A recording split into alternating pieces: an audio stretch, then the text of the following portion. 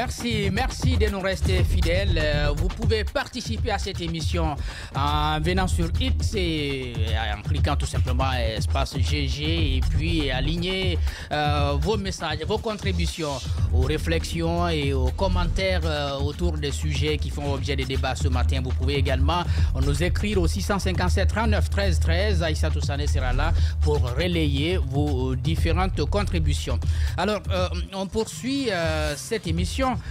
Vous avez certainement lu la sortie du ministre d'État, ministre de la Justice et garde des Sceaux, CAPS. Ce sont des injonctions. Beaucoup disent que c'est des poursuites qui sont engagées, mais pour l'instant, ce sont des enquêtes qu'il annonce contre les DAF. Je crois que c'est les DAF de l'ensemble du gouvernement. Ouais, les 33 DAF. Donc les DAF de la présidence de la République. Donc le DAF de la présidence, celui de la primature, et puis de beaucoup d'autres services qui sont donc directement concernés par ces enquêtes. Et on le sait déjà, il y avait une autre mesure, donc prise bien avant, qui interdisait à ces DAF-là de sortir du pays. Est-ce que c'est le retour à la lutte contre la corruption? Justement, Jacques, les prochains jours nous permettront de savoir justement est-ce que c'est véritablement ça ou pas, parce que ce n'est pas une première fois que des mesures comme ça soient annoncées, ce n'est pas une première fois qu'on voit le ministre faire ça d'ailleurs, c'est d'où la création de la CRIEF. Et finalement, aujourd'hui, les gens qui avaient beaucoup plus espoir et foi en cette CRIEF-là l'ont perdu, commencé par le ministre de la Justice lui-même, qui lui-même exprimait son désarroi la fois passée vis-à-vis de cette CRIEF-là, parce qu'il ne comprenait pas qu'on puisse attaquer ou poursuivre certains en laissant les DAF. Je pense que ce qui s'est passé, cette injonction pour lancer des poursuites judiciaires contre les DAF vient, c'est la suite de ce qu'il avait eu la dernière fois en disant que je ne comprends pas comment est-ce qu'on peut poursuivre certains ministres ou certains responsables et oublier les DAF. Quand on fait allusion à ça, je me demande est-ce que finalement on n'est pas en train d'occulter la LOF ou la loi sur la comptabilité publique qui définit clairement quels sont les ordonnateurs directs des dépenses au sein de ces différents ministères-là. Et je pense que si on s'inscrit dans cette logique-là, on peut faire la part des choses. Et l'autre élément également, il faudrait que cette approche soit beaucoup plus méthodique. Il faut pouvoir y mettre de la forme, y mettre de la manière et d'abord décider d'ouvrir des enquêtes sérieuses et minutieuses. Il faut mener il faut des vrais audits qui soient réalisés pour comprendre la conformité, les sorties d'argent, les sorties d'argent pour pouvoir savoir effectivement qui est-ce qui est rentré dans quoi. Et si on doit pouvoir poursuivre un DAF, c'est qu'il y en a au sein de chaque ministère, il y a la personne en charge, il y a un contrôleur. Il y a un contrôleur financier. Il y a un contrôleur financier qui est là, qui est au nom, qui vient du ministère de l'économie ou du budget, qui est là au compte de ces différents ministères-là pour pouvoir contrôler. Donc on ne peut pas poursuivre un DAF sans pour autant faire appel à celui qui est à ses côtés-là. Et on ne peut pas également poursuivre ce dernier-là sans remonter au niveau du ministère de l'économie. Non, mais peut-être à la décharge du ministre, un contrôleur financier, il peut aider par exemple à éveiller des soupçons sur des malversations. Lorsqu'il constate qu'au sein d'un département ministériel, il y a par exemple des pratiques qui ne sont pas catholiques et qu'il fasse des remarques. Je ne suis témoin d'aucun acte, mais qu'il fasse des remarques, n'est-ce pas, à l'ordonnateur, au DAF, et qu'il n'y ait pas changement. Le contrôleur peut aider à éveiller des soupçons et attirer l'attention de la justice. C'est quelque chose qui est possible. Je suis d'accord, Jacques. Tout comme on parle du principe de la tétravalence, une chose est possible, son contraire aussi. Oui. Ce même contrôleur financier peut être complice. Il peut se rendre complice. Je suis entièrement d'accord. De cette opération-là. Et c'est là où, vu qu'on parle pour le moment d'enquête, et il ne faut négliger aucune piste. Il faut entendre tout le monde, écouter tout le monde et vérifier. Aujourd'hui, on a des instruments de contrôle. Ces instruments de contrôle révèlent beaucoup de choses. Qu'en est-il de ces différents rapports qui se sont succédés? Qu'est-ce qu'on en a fait? Parce que ce qu'il faut occulter, ce qu'il faut éviter plutôt, c'est de poursuivre, c'est de venir prendre des gens, dénoncer des mesures de flagrance, décerner des mandats de dépôt contre des personnes et pouvoir mettre ces gens-là en prison et finalement se mettre à chercher maintenant des preuves. Je pense qu'il faut changer la forme, il faut faire des enquêtes véritablement minutieuses et il faut aller au-delà. Moi, je pense que si le ministre de la Justice a cette bonne foi-là de poursuivre ces différents DAF, qu'il aille plus loin parce qu'il y en a beaucoup d'autres dossiers aujourd'hui qui se retrouvent sur la place publique. On n'affirme pas d'emblée que cette personne est coupable, mais encore une fois, il faut écouter les gens. Il faut s'intéresser à ces dossiers aujourd'hui qui sont sur la place publique. Mais tout le monde parle d'ailleurs. Ce qu'il faut déjà dire, puisque j'ai lu un peu sa communication, ce n'est pas des audits ordinaires. Parce que, en principe, toute gestion doit être auditée, en amont et en aval, pour comprendre ce qui a été donné, comment ça a été géré, et puis en aval, qu'est-ce qu'on a obtenu. Mais là, le ministre parle clairement de soupçons. Si on s'en tient donc à ces types de communication, on peut dire mais que c'est tout le gouvernement. Exactement. C'est sur tout le gouvernement qu'il y a des soupçons. Exactement. Et d'ailleurs, pour moi, aujourd'hui, c'est pourquoi, bien entendu, à la décharge du ministre, il peut démarrer par ça. Il peut démarrer par entendre les DAF, par écouter les DAF, mais il ne faudrait pas qu'il se limite là. Si c'est un travail sérieux qui est fait, de la même manière qu'il y aurait des soupçons contre ces DAF-là, de cette même manière, ça s'étend sur l'ensemble de tout le gouvernement. Je pense qu'à partir de là, il peut y avoir des débuts d'information, mais il faut qu'ils poussent pour comprendre et en même temps, il faut qu'ils tiennent compte de ces rapports d'audit qui existent. Il faut qu'ils tiennent compte. En fait, il ne faudrait pas qu'on aille sur une chose et qu'on laisse le reste des composantes. Donc, il faut s'intéresser à tout ça. Et je pense qu'il y a matière encore à pouvoir reconquérir la confiance des Guinéens qui n'ont aujourd'hui aucune confiance quant à cette lutte contre la corruption. Et donc, je pense qu'aujourd'hui, on a cette possibilité-là à travers ces différentes actions qui sont là. Mais il faut faire attention pour ne pas que ça s'apparente à de la chasse, aux sorcières. Donc, il faut justement mettre les instruments de contrôle en place. Et l'autre chose également, parce que souvent ce qui nous fatigue, c'est que ceux-là à qui on confie les enquêtes ne sont pas souvent des spécialistes des finances publiques. Donc ce qui fait que le plus souvent, ils ne font pas un travail sérieux. Ils ne font pas un travail judicieux, minutieux qui peuvent les permettre justement d'aller toucher du bout de doigt la réalité des faits. Aujourd'hui, rien que les alerteurs, la société civile, aujourd'hui, même quand on parle sur Internet, en longueur de journée, on ne fait que dénoncer, alerter justement ces dirigeants-là sur les potentielles choses qui sont en cours. Souvent des villas qu'on entend, qui appartiennent à certaines personnes, des terres qui sont achetées par-ci, des villas qui sont achetées à l'Occident, beaucoup d'argent qui sont investis, les passations des marchés, on en parle mais pas du tout. Donc je pense qu'aujourd'hui, si on a envie véritablement d'aller au bout et de faire lumière, je pense qu'il y a beaucoup à manger, il y a à boire et à manger dans ces dossiers de corruption en Guinée.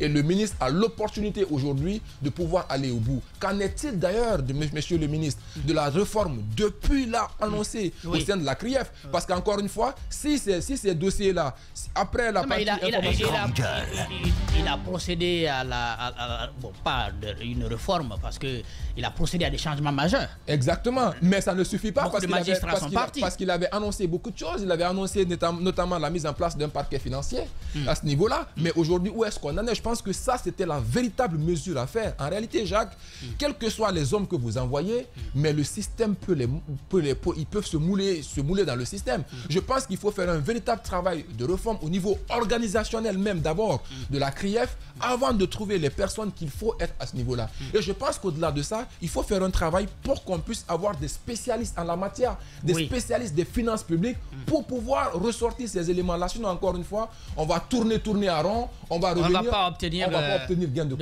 gain de cause. Alors, Alassane, il faut quand même le dire, lorsque la plupart des ministres, je veux parler des anciens, avaient été convoqués donc pour certaines mises en détention, on a dit mais où sont les DAF? Puisque les DAF, ce sont eux qui engagent des dépenses, même s'ils reçoivent des ordres de la part des ordonnateurs que les ministres sont.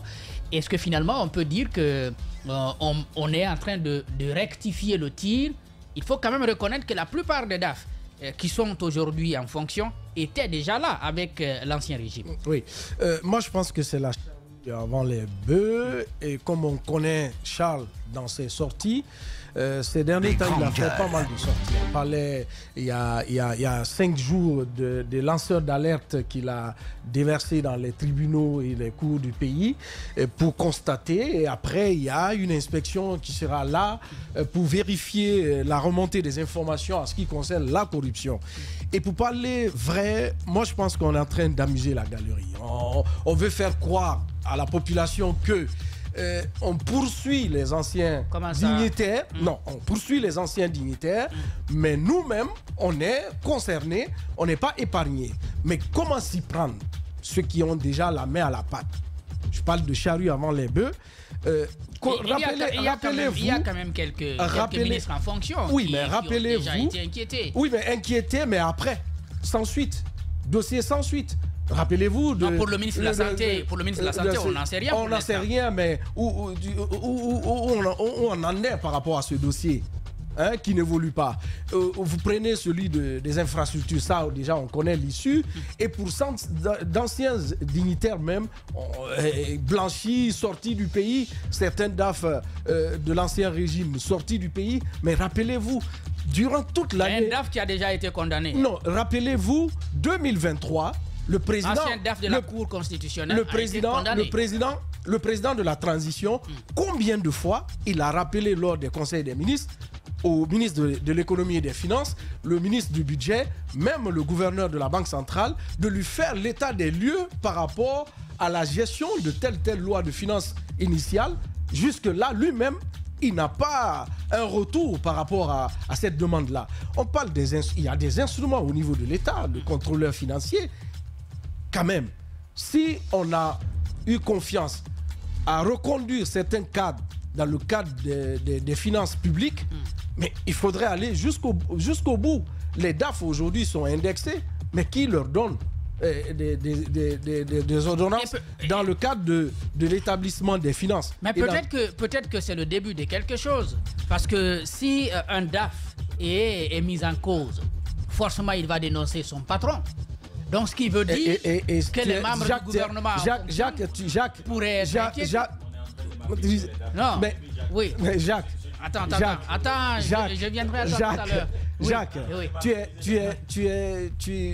Tu ne dors pas, tu penses que ces DAF-là seront capables de dire, mais de l'autre côté, moi je suis en train de penser qu'il est en train de faire un mauvais procès au DAF. Alassane, les choses sont simples. Comment quelqu'un qui n'est pas encore reconnu coupable pour des faits de concussion, de corruption, de détournement, on les cite carrément? Il devrait se tenir du fait que oui, pour le moment, des enquêtes sont ouvertes contre X. On ne devrait pas les nommer. Non, on ne devrait pas. Non. Mais il y a déjà. Il est dans les soupçons. Il y a déjà il y a déjà un acte qui est pris. C'est leur interdire de sortir du pays. Ça, c'est conservatoire. C'est depuis longtemps. Et donc ça, on connaît. Oui. Maintenant, c'est une autre étape qui est franchie. À les nommer alors que leur culpabilité n'est pas encore établie. Tous les trois, vous permettez, on va aller en pause et puis on reviendra pour poursuivre parce que Alassane, on reviendra. Merci de nous rester fidèles. Continuez à réagir au hashtag espace GG sur X et au 657 39 13 13. Vos avis, vos réflexions, vos commentaires seront pris en charge par Aïssatou Sané dans la suite de cette émission. Nous parlions de la lutte contre la corruption. On va d'ailleurs rester là-dessus, mais n'oubliez pas, on reviendra sur la liberté de la presse avec la détention prolongée de Sékou Jamal Pendessa, le secrétaire du syndicat de la presse de Guinée. Le mouvement syndical lui apporte son soutien. Le barreau de Guinée lui apporte également son soutien. Nous en parlerons tout à l'heure et nous parlerons également de l'actualité en Afrique de l'Ouest avec le retrait depuis 48 heures maintenant du Mali, du Burkina Faso et du Niger de la CEDEAO. Et un mot enfin sur le CMC Bernard Kouchner, les raisons d'une fermeture incompréhensible. Nous en parlerons à la fin de cette émission. Alors, les gars, nous étions en train d'analyser Alassane. Alassane ne voulait pas comprendre que on peut bien entendu partir des DAF pour atteindre les patrons. Je ne dis pas ça, c'est pas ce que j'ai dit. C'est de les nommer, le fait de les nommer. Parce que par expérience, on s'est rendu compte que certains qui étaient poursuivis au niveau de l'État, après études, après enquête, il s'est sorti blanchi. Alors, quel préjudice pour ces DAF qui sont nommés dans ces dossiers. Je peux bien comprendre qu'il y a des soupçons pour corruption, détournement, concussion, mais c'est des plaintes portées contre X au procureur spécial de démêler le vrai du faux. Du vrai du faux. Mais en attendant, oui, la mesure conservatoire les concernant, interdisant le voyage, oui, je suis d'accord avec tout ça, mais sortir une liste comme ça pour des personnes qui travaillent avec eux. Quand je parle eux, c'est le gouvernement, c'est les ministres, c'est la présidence, c'est la primature. Mais où est le problème? Non, le problème, c'est que tu dis, je suis un peu d'accord avec toi. Le problème, c'est qu'aujourd'hui, oui, un peu seulement, un peu. on a du mal à gérer aujourd'hui, si vous voulez, l'information au niveau de l'État. La liste peut bien être constituée et puis on l'envoie aux concernés, s'ils ont des conseils, à leurs conseils, et puis à l'aéroport ou à la police des airs et des frontières pour éviter justement qu'ils sortent du pays. Mais ça, c'est un fait. Je parle là de la poursuite. Mais c'est là où je suis en train de... La poursuite, il y a ça... à des fins d'enquête. Mais il n'y a pas eu de poursuite. Il n'y a pas de poursuite pour l'instant. Il n'y a pas de poursuite. C'est des enquêtes qui sont ouvertes. C'est des enquêtes qui sont ouvertes. C'est des enquêtes qui sont ouvertes. On s'est compris maintenant. L'information judiciaire à ce niveau, on ne devrait pas mettre cela sur la place publique. Sur la place publique. Justement. C'est là, je suis d'accord avec toi. Oui. Et éventuellement, parce qu'on a tellement d'expérience dans ce sens, que des personnes qui font l'objet d'enquêtes judiciaires, par finir, ils ne sont pas reconnus pour des faits pour lesquels on les reprochait. Quel préjudice aujourd'hui pour ces gens-là? Je prends des cas récents de Yaya Sow qui s'en est sorti blanchi. Quel préjudice on a causé? Est-ce qu'aujourd'hui, il y a des démarches de son côté pour se laver, ce ne serait-ce que de cet affront? Qu'est-ce qui est fait au niveau de l'État? Oui, d'accord. Mohamed Ali. L'État a besoin d'argent, l'administration a besoin d'argent. Les grandes gueules. Ceux qui ont fixé les projets qui sont en train d'être exécutés aujourd'hui, qui connaissent les partenaires, qui connaissent les clauses. Donc, les DAF sont ceux qui savent où se trouve l'argent. Parce que ce ne sont pas les anciens ministres qui viendront dire où se trouve l'argent. Ce sont les DAF. Et ils savent exactement où se trouve l'argent, comment on peut l'obtenir. Donc, tout le temps, il faut mettre la pression sur eux. Suivez ce qui s'est passé depuis le début. On les a convoqués chez le président. Pendant plusieurs temps, on les a fait voir de toutes les couleurs, comme on le dit. Et ça n'a jamais cessé jusqu'à présent. Tout le temps, ce sont des chantages. On va poursuivre les DAF, il faut poursuivre les DAF, etc., etc., etc. Et puis, etc. Et d'ailleurs, c'est le président Alpha Condé qui a commencé à chanter de ça. Hein. Oui, mais je suis en train de dire les DAF sont les vrais argentiers. Pour ne pas parler comme l'autre politicien, les vrais argentins. Bouya ou Bouna Keïta, les vrais argentins. Donc, eux, ils savent exactement où se trouve l'argent. Mais moi, cela ne me dérange pas, Jacques. Le seul secteur qui se porte le mieux en Guinée, c'est le secteur de la corruption. Et ça, tout le monde le sait. Ça, au moins, ça ne faiblit pas. Chaque année, nous sommes premiers dans ce cadre-là. Avec tous les régimes, malheureusement, même ce régime qui s'est engagé justement à lutter contre la corruption. Je vous donne des exemples simples. Vous avez des gens qui ont l'habitude de vous demander des interviews parce qu'ils veulent se faire entendre. Des gens, après interview, c'est vous-même journaliste qui leur donnez le transport. Vous connaissez leur situation. Ils vous expliquent tous les problèmes.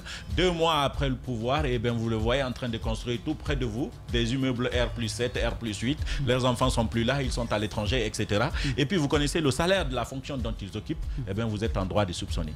Donc on est en droit de soupçonner tous les DAF et tous les responsables qui tiennent une régie ou pas dans ce pays-là, qui parlent et qui prennent des décisions au nom de l'administration publique. Ça, on le sait. Il y a des soupçons sur eux tous. Moi, je n'ai pas de problème par rapport à ça. Et je pense que si on va vraiment dans le fond des enquêtes, on pourra condamner tout le monde, même si ce ne sont pas à des peines de prison. Moi, je suis pour que, quand c'est des délits financiers, que les gens ils remboursent ou qu'ils travaillent pour rembourser, ou qu'on trouve un mécanisme sans les enfermer. Ou on retire leurs biens. On retire leurs biens qu'ils auraient obtenus comme les voitures illicitement. de gouvernement le général Amara, les voitures de gouvernement que le général Amara avait commencé à les vendre parce que par après, on a vu ce qui s'est passé. Il y a des éléments pour ça? Quel élément? Il y a des éléments qui prouvent qu'il a vendu ça? Oui, ils ont revendu, ils ont dit que l'argent... Ah oui, ça avait été mis aux enchères. Oui, mais ils ont dit que l'argent a servi justement à la construction des écoles pour le ministère de l'enseignement technique et de la formation. Seulement pour l'achat d'un seul véhicule. Officiellement, c'est ce qu'on sait. Oui, et les autres véhicules, c'est trop. C'est un seul véhicule qui a été acheté. Oui. Où est la grosse voiture de Kassori? De toutes les façons, c'est pas n'importe qui peut se pointer pour acheter ça. Où sont ces grosses voitures-là dans ce cas? Elles sont où aujourd'hui parce que c'est des biens de l'État? Ou bien il y a d'autres qui en usitent parce qu'on sait qu'ils ont eu d'autres voitures par après? Alors, je suis en train de dire que la corruption, on sait que c'est un problème chez nous. Et le problème, ça existe véritablement. Mais mon problème, c'est Charles. Charles, comment on le dit, bata la bouton. Il n'a plus de venin. C'est un serpent qui, même quand ça te mord, tu sais que ça ne peut plus te... Mais Charles a été justement élevé au rang de ministre d'État pour lui donner les forces. On a évoqué ça. Pour lui donner la force nécessaire. La force sur les autres ministres. Sinon, évidemment. Ça reste le même Charles. Pour les poursuivre aussi. Pour le moment, c'est lui-même qui a fait que... Parce que moi, je reste convaincu que si on a touché à tous les DAF, c'est que tout le gouvernement est soupçonné. Moi, je suis d'accord. C'est tout le gouvernement qui est soupçonné. Y compris lui, parce qu'il y a le DAF du ministère de la Justice qui a concerné. Il faut amuser la galerie parce que ça crie partout. C'est les anciens régimes qu'on est en train de poursuivre au niveau de la CRIEF. Ceux qui nous gèrent aujourd'hui, quand on parle de corruption en Guinée, la justice, les derniers sondages illustrent cela aisément. La justice est en pole position. Après vient les services de sécurité. Les services de sécurité, oui. Oui, Jacques. Pour moi, je pensais que c'est la police qui était en avant. La justice, quand tu vois Charles envoyer des... On m'a dit que la police venait d'abord, ensuite les autres en bas. C'est pour amuser la galerie, dire que non, nous qui gérons, nous aussi, on est poursuivable. Donc maintenant, on applique la règle sur nous-mêmes. Et donc, ce n'est pas seulement les anciens dignitaires, mais nous aussi, on est concernés. C'est pour nous mettre dans un tourbillon, alors que l'essentiel est ailleurs. Vous allez permettre, on va donner la parole à un économiste et on reviendra pour poursuivre nos analyses et commentaires. Mohamed Camara, Mohamed, bonjour. Bonjour à vous, bonjour à la radio Espace et aux millions de auditeurs. Alors, bienvenue à cette émission. Depuis le début de cette campagne contre la corruption dans notre pays, les voix s'étaient élevées pour dire on est en train de poursuivre les ministres, donc les ordonnateurs, et on laisse les personnes clés, ce sont les DAF. Et aujourd'hui, ce sont les DAF contre qui on veut ouvrir des enquêtes, mais on laisse leur patron. Dites-nous, en matière de, disons, selon les règles de la comptabilité publique, comment on doit procéder pour éclairer la lanterne des gens de l'opinion sur la gestion du budget? Je vous remercie de l'invitation. En fait, la gestion des finances publiques en Guinée est régie par des textes. En premier lieu, vous avez la loi organique relative aux finances et son principal texte d'application qui s'appelle le règlement général de la gestion budgétaire et de la comptabilité publique. Maintenant, il y a un manuel de procédure d'exécution des dépenses publiques. C'est là que tu retrouves le nom d'un DAF. Entendez par là, chef de DAF, chef de division administrative et financière. C'est un collaborateur de l'ordonnateur. En finances publiques en Guinée et dans la plupart de nos pays voisins, la chaîne de dépenses est ordonnée comme si l'engagement de la dépense, la liquidation, l'ordonnancement et le paiement. Les trois premières que j'ai citées, ça s'appelle la phase administrative. Pour aider l'ordonnateur est assisté d'un certain nombre de personnes, dont le DAF. Le premier, d'abord, c'est la personne qui passe le marché, la personne responsable de passation de marché. À côté de lui, il y a le comptable matière. À côté de celui-là, il y a le DAF, le chef de la DAF, c'est-à-dire le chef de division administrative et financière. Et maintenant, il y a aussi un comptable matière. Donc, le DAF est quelqu'un qui aide l'ordonnateur. Pour aller vite, lors de l'engagement, le DAF prépare le dossier pour l'ordonnateur qui signe après avoir requis la signature du contrôleur financier. Deuxième étape, pour le compte de l'ordonnateur, le DAF a le code d'accès à ce qu'on appelle le système informatisé de la chaîne de dépenses. Il regarde ça pour le compte de l'ordonnateur. Mais retenez qu'un DAF n'a pas qualité d'engager. C'est l'ordonnateur qui engage la dépense publique. Le DAF prépare le dossier pour l'ordonnateur. après avoir requis le visa du contrôleur financier. Donc, en somme, un DAF ne peut pas engager une dépense publique.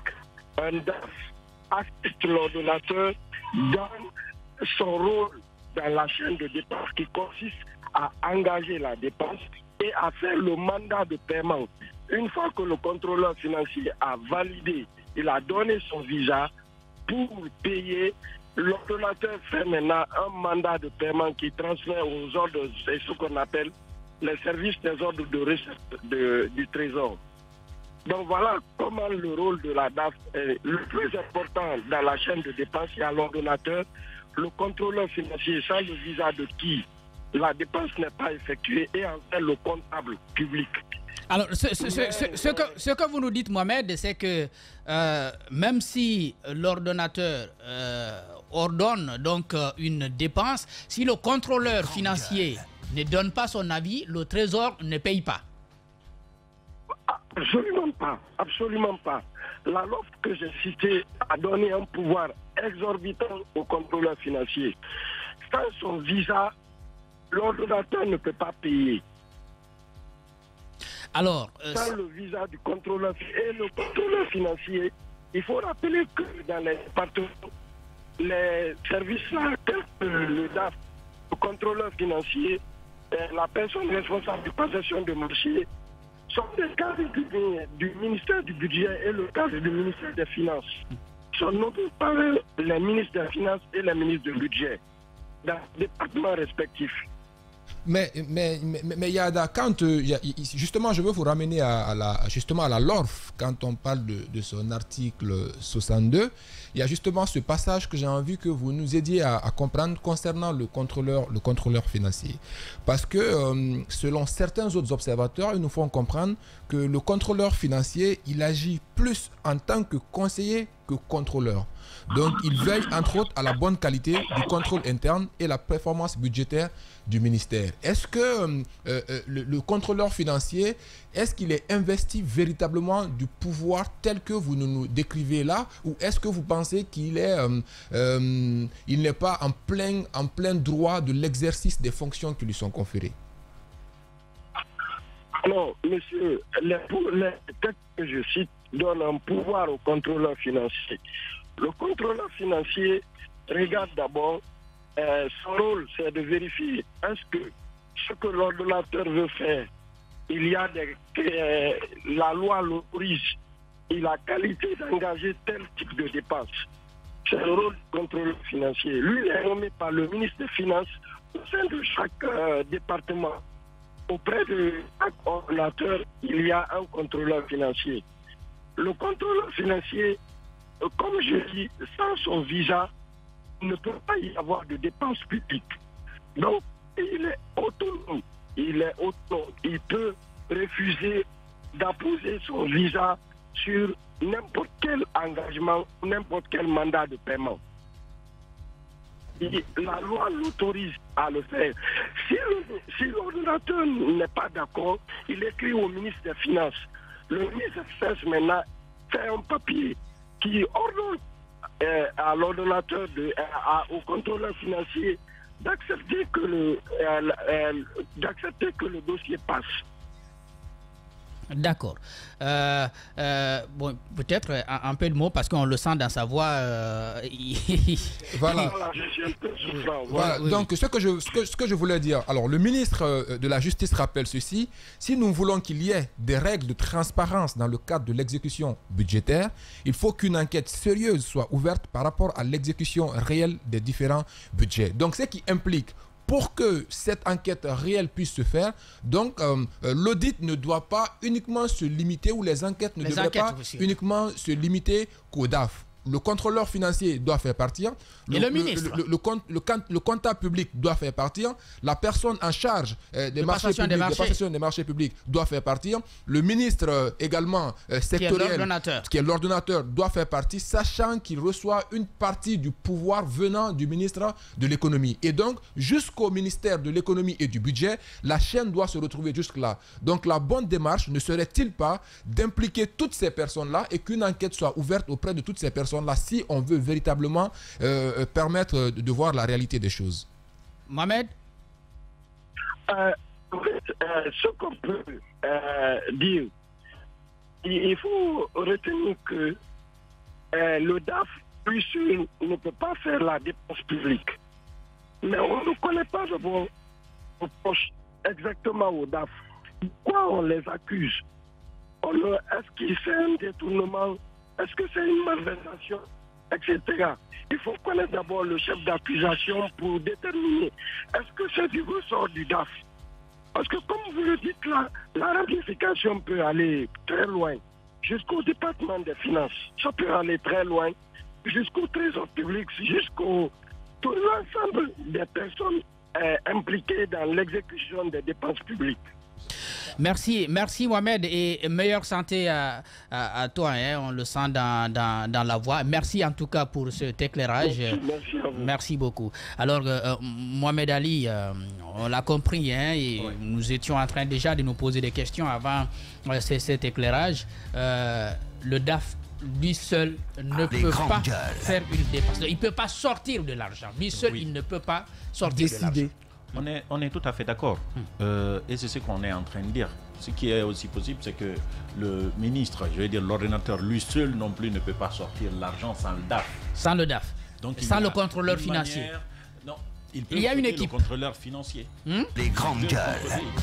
Seulement le DAF et l'ordonnateur peuvent justement sortir de l'argent, mais de façon illégale. C'est ce que je suis en train de dire.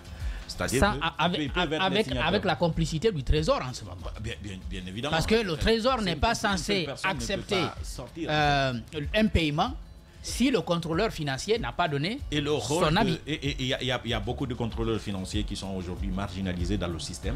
Je le sais, surtout dans les départements ministériels. Ils ne servent plus à grand-chose. Il y a beaucoup de dossiers sur lesquels ils n'ont plus de regard. En fait, c'est le système qui commande que le contrôleur financier soit là. Mais n'oubliez pas que dans des départements, par exemple, comme Poste et Télécommunications, tiens, curieusement, je tombe sur ce département-là.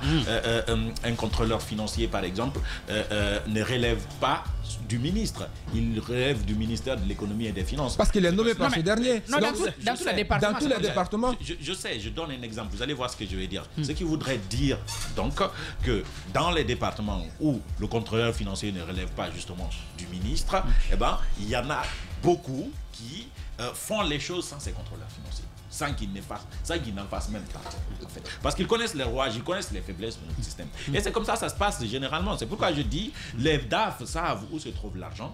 Et maintenant, on les secoue à chaque fois pour qu'ils nous disent où se trouve exactement l'argent. Parce que les anciens ministres dont on parle, et les ministres qui sont en fonction aujourd'hui, et on sait, eux déjà, c'est quand on parle de les grandes gueules, c'est eux qui sont les premiers visés. Mais personne ne vise les DAF. Mais c'est les DAF qui savent exactement comment ça s'est passé. Souvenez-vous qu'on a dit tout le temps que ceux qui sont en prison aujourd'hui pour des délits financiers, les casseries, etc., à la base, on n'avait rien contre eux. Souvenez-vous dès qu'on les avait mis en prison, on avait dit que c'était des cas de flagrance délit. Ils devraient être jugés. On a trouvé qu'il n'y avait rien contre eux. Après, on a convoqué les DAF à la recherche des preuves. Ce qui nous a été dit à un moment donné, on s'était rendu compte qu'exactement, c'était la même chose. Donc, je suis en train de dire que moi, le fait qu'on poursuive les DAF, qu'on les nomme ou qu'on les nomme pas, moi, ça m'est égal. Parce que je sais qu'il y a toujours quelque chose à prendre de ce côté-là. Mon problème, c'est que ça soit le ministre qui l'annonce tout le temps. Parce qu'après, le côté insérieux de la chose arrive dès que le ministre passe dans les médias pour l'annoncer.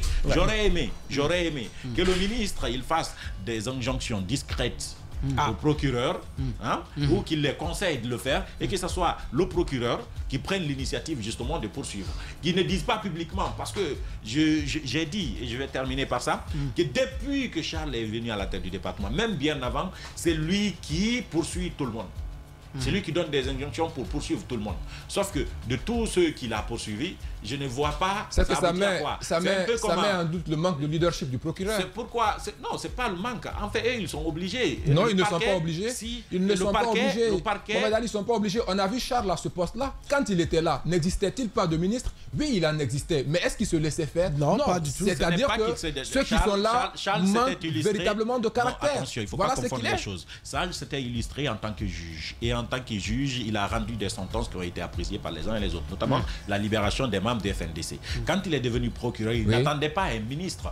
Lui, en tant que parquet, il prenait l'initiative. Mais c'est ce qu'on demande au procureur actuel. Oui, mais laisse-moi finir. Ce que je suis en train de dire, c'est que nos procureurs qui l'ont remplacé, souvenez-vous qu'il a remplacé quand même son meilleur ami parce que celui-ci n'était pas réactif, c'est ce qu'on lui a reproché.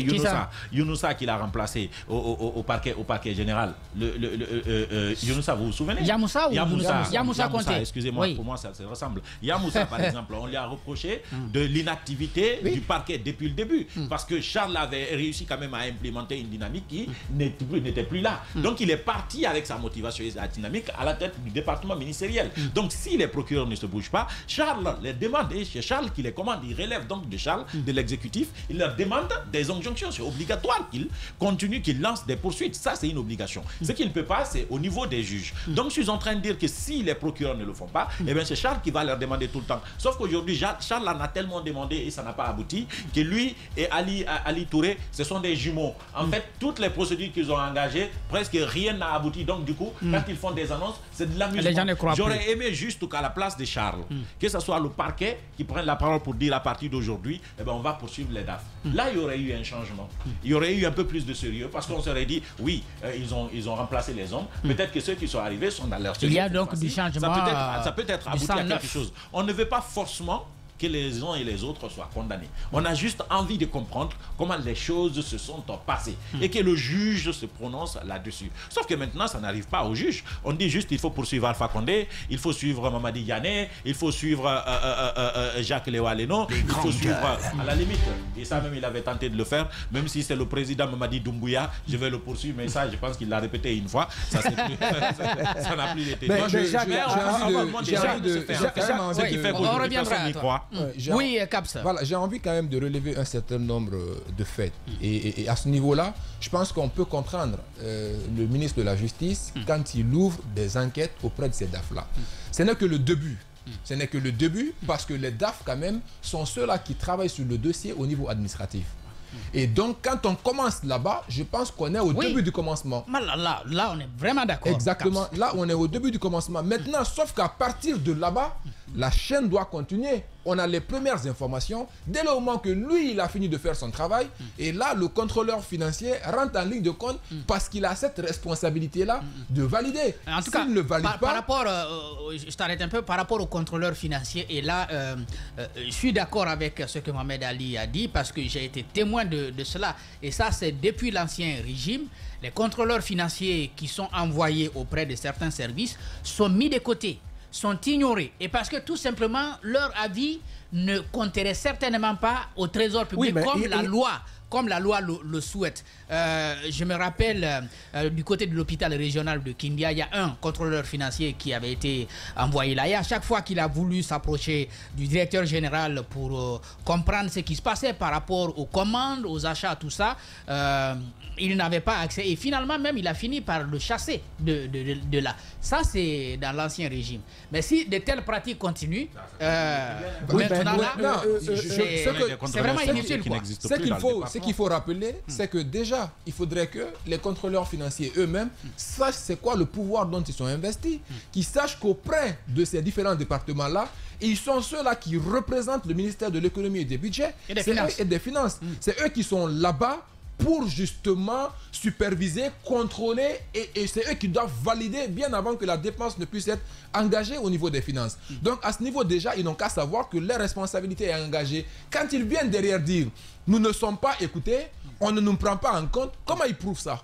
Parce que s'ils ne le prouvent pas, sur la chaîne, ils seront condamnés. S'il y a un détournement qui sort, parce que quelque part, selon la loi, ils n'auraient pas fait leur travail. Et donc, c'est pour dire également au ministre de la Justice qu'il y a des actions préventives par rapport à la lutte contre la corruption. Et parmi ces actions-là, il y a le fait de rendre beaucoup plus forts ces contrôleurs financiers qui sont là-bas, qui puissent jouer leurs responsabilités.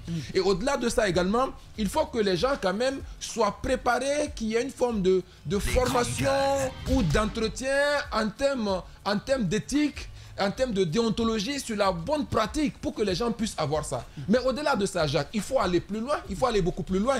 pour qu'on puisse donner du crédit aux appels du ministre, il ne faudrait pas que ça se limite au niveau des DAF. Parce que quand vous échangez avec certains DAF, Jacques, de la même manière qu'on est en train de parler des contrôleurs financiers, ils se retrouvent dans la même disposition. On ne les écoute même pas. Je connais des directions, je connais des départements par exemple, où le DAF est carrément mis de côté. On peut même prendre l'avis d'une personne externe à l'entreprise qui, comme on dit, qui organise tout ce qu'il y a à faire, et finalement on saute sur le DAF et on demande au comptable public, puisque c'est lui qui paye, on lui demande, il faut payer, et l'ordre vient de qui? De l'ordonnateur, qui est le ministre en charge du département, qui a ce pouvoir-là qu'il tient du ministère de l'économie et des finances. Donc c'est pour dire encore une fois que cette situation-là, elle est beaucoup plus complexe, et c'est la raison pour laquelle d'ailleurs ça mérite des enquêtes sérieuses. Ça mérite qu'un véritable audit soit fait pour comprendre.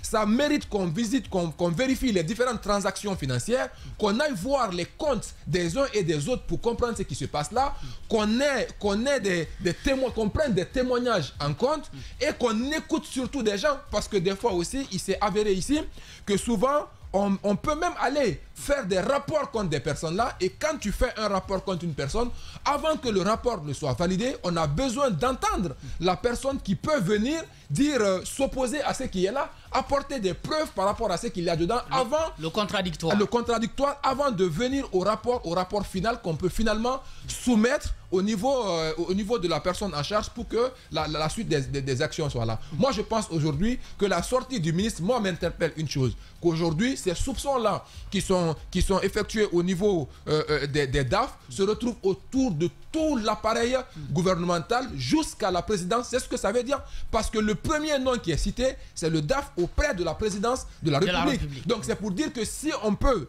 émettre des doutes ou des soupçons auprès des DAF qui ne sont pas directement des ordonnateurs des dépenses au sein de ces administrations-là, ça veut dire que toute la chaîne est impliquée. C'est-à-dire le comptable public est impliqué dedans, et le contrôleur financier est impliqué dedans, le DAF lui-même, puisqu'il travaille sur la partie administrative, on doit l'entendre dessus, le ministre en charge du département, on doit l'entendre dessus, jusqu'à ce qu'on remonte jusqu'au ministre de l'économie et des finances, le ministre du budget. Donc ça part sur toute la chaîne là. Et si un travail sérieux est fait, il y a beaucoup de choses qui seront révélées, et ça permettra encore une fois, ce n'est qu'en ce moment-là qu'on peut apporter du crédit à ce que dit le ministre de la Justice, qu'on peut avoir à nouveau confiance à la CRIEF qui est là et à ces différents instruments qui sont là. Sinon, jusqu'à preuve de contraire, pour le moment, on reste sur nos fins, et on se dit que, à l'image de tout ce qu'on a pu voir, peut-être que ce qui est en cours là, c'est la même chose qui se répète, et ça sera dommage qu'on ne puisse pas aller jusqu'au bout et dans le respect strict des procédures. Pour précision donc, les DAF sont soupçonnés de concussion, corruption et détournement des deniers publics, ce qui veut dire évidemment qu'effectivement ce que nous disons là est davantage prouvé dans les termes choisis par le ministre lui-même, parce qu'on ne peut pas faire de la concussion, de la corruption sans la participation d'un nombre important de personnes qui ont accès à l'argent et au dossier. L'autre élément qui vient s'ajouter à cela, c'est que le ministre interdit aussi de sortir du pays. Mais ça, c'était avant. Non, les directeurs des EPA. Des EPA, ça, c'est la nouveauté. Ça, c'est la nouveauté. Mais je voulais revenir sur un des pans de notre invité au bout du fil, qui disait que, selon la loi, qui disait que les contrôleurs financiers qui sont mis de côté dans les différents départements ministériels, comment alors l'argent est décaissé au niveau du Trésor si ils n'ont pas leur visa sur les documents? Alors, le ministre de l'économie, moi je pense qu'aujourd'hui le ministre de la Justice doit pouvoir centrer ses enquêtes au niveau du ministère de l'économie et des finances. Parce que là-bas, si le contrôleur financier n'est pas écouté au niveau de son département affecté... Ça, c'est pas notre interlocuteur qui l'a dit, c'est nous qui l'avons dit, Mohamed Ali, et puis moi j'ai appuyé, parce que j'ai eu des témoignages. Voilà, parce que le document ne peut pas passer au niveau du Trésor sans quand même le visa du contrôleur financier. Alors, si le contrôleur financier n'est pas associé dans la signature d'un marché ou d'un projet, comment alors l'argent est décaissé? Si le ministre de l'économie et des finances n'est pas informé, le ministre du budget n'est pas informé, et rappelez-vous, et à plusieurs fois, le président de la transition a insisté du fait que et le ministre de l'économie et des finances et le ministre du budget et le gouverneur de la Banque centrale puissent lui faire un compte-rendu détaillé sur les dépenses depuis 2021 sur les différents projets. Jusqu'à présent, ce n'est pas venu. Alors moi, je me dis, c'est pour cela que je dis encore et je réitère, ces enquêtes-là ne devraient pas être publiques pour le moment. Pour le moment, puisqu'on ne sait pas, on n'a pas remonté, il n'y a pas eu de remontée des informations. C'est ce que Charles mais il peut ça pas faire devient de la pagaille. Ça devient de la pagaille et ne soyons pas surpris du résultat après, de ce qui va découler. Charles peut tout sauf garder ça sous silence. Ouais, et d'ailleurs, il faut le dire, il vient d'être bombardé ministre d'État. Ouais, il faut bien qu'on vraiment, sache qu'il mérite. Exactement. Ça ne sert pas. Et il va Ça plus ne loin. sert pas. Ça ne sert pas puisque dans les démarches déjà on a fauché. Dans les démarches, on a cité des noms. On se dit que pour le moment. Bon, ce ne sont pas les premiers noms qui ont été cités. Hein. Jacques, un DAF dire pour tel milliard, c'est le ministre. Vous savez très bien, quand il y a eu incendie au niveau du Trésor, le ministre de l'économie et des Finances a annoncé des enquêtes. Mais n'oubliez pas aussi, novembre, décembre... C'est un incendie mineur. Jacques. C'est pas le dossier, c'est pas le dossier qui sont partis. Jacques, je voulais juste dire... Tu as des éléments? Je voulais juste dire, cette enquête, je n'ai rien dit. Je n'ai rien dit. Merci. Je n'ai pas dit que j'ai des éléments. Mais je n'oublie pas que novembre, décembre, c'est la période de réorientation budgétaire. Ce qu'il ne faut pas oublier. Et les DAF, à ce niveau, jouent un rôle important. Donc, je pense que pour élucider, pour aller jusqu'au bout de ces enquêtes-là, Charles doit garder le ministère de l'économie et des finances comme le noyau pour élucider tous ces manquements, tout ce dont on reprocherait à ces DAF-là et autres. Les responsabilités pénales sont individuelles, voilà, donc il peut vraiment partir de... Pour les aider, qu'une commission mixte sera mise en place pour faire un travail. C'est le début là. C'est le début. On ne pourrait le reprocher que si le travail ne va pas... Ne donne pas les résultats. Exactement. Voilà. Mais pour le moment, c'est la procédure qui est ouverte. Il ne faut accuser personne. Il faut écouter tout le monde jusqu'au département des finances. Et je pense que s'il s'inscrit dans la logique là, on pourra toucher du bout du doigt la réalité. Cependant, si ça touche... L'autre interrogation que j'ai... Si ça touche le ministre. Exactement. Parce que le DAF du ministère de la Justice est là-bas. Voilà. Parce que c'est ça, hein. Voilà. Le DAF du ministère de la Justice est sur la liste des suspects. Voilà. Eh bien, si le DAF du ministère de la Justice part et qu'il donne le nom de quelqu'un, mais on va faire comment? Jacques. On fait comment? On a des poursuites? C'est lui l'empereur des poursuites, c'est lui qui a déclenché les poursuites. Non, il n'est pas l'empereur des poursuites. L'empereur des poursuites, c'est le procureur. L'empereur des poursuites, votre tutelle est votre supérieur. Donc il est le supérieur de l'empereur des poursuites. Donc du coup, il y a un autre mot plus que empereur, donc au-dessus de l'empereur. Non, c'est l'empereur. Il est le seigneur des poursuites. Non, plus sérieusement. L'empereur, je crois que c'est... Plus sérieusement, nul n'est au-dessus de la loi. Peu importe celui qui est impliqué dans la situation, il doit payer les prix en fonction de ce que dit la loi. Vous êtes très optimiste, en fait. Ouais, c'est ça mon problème. Caps, surtout Caps, très optimiste. Bon, de toutes les façons, c'est une actualité qu'on continuera à suivre. Justement, comme on le disait, le directeur de ZPA aussi ne doit plus sortir du pays.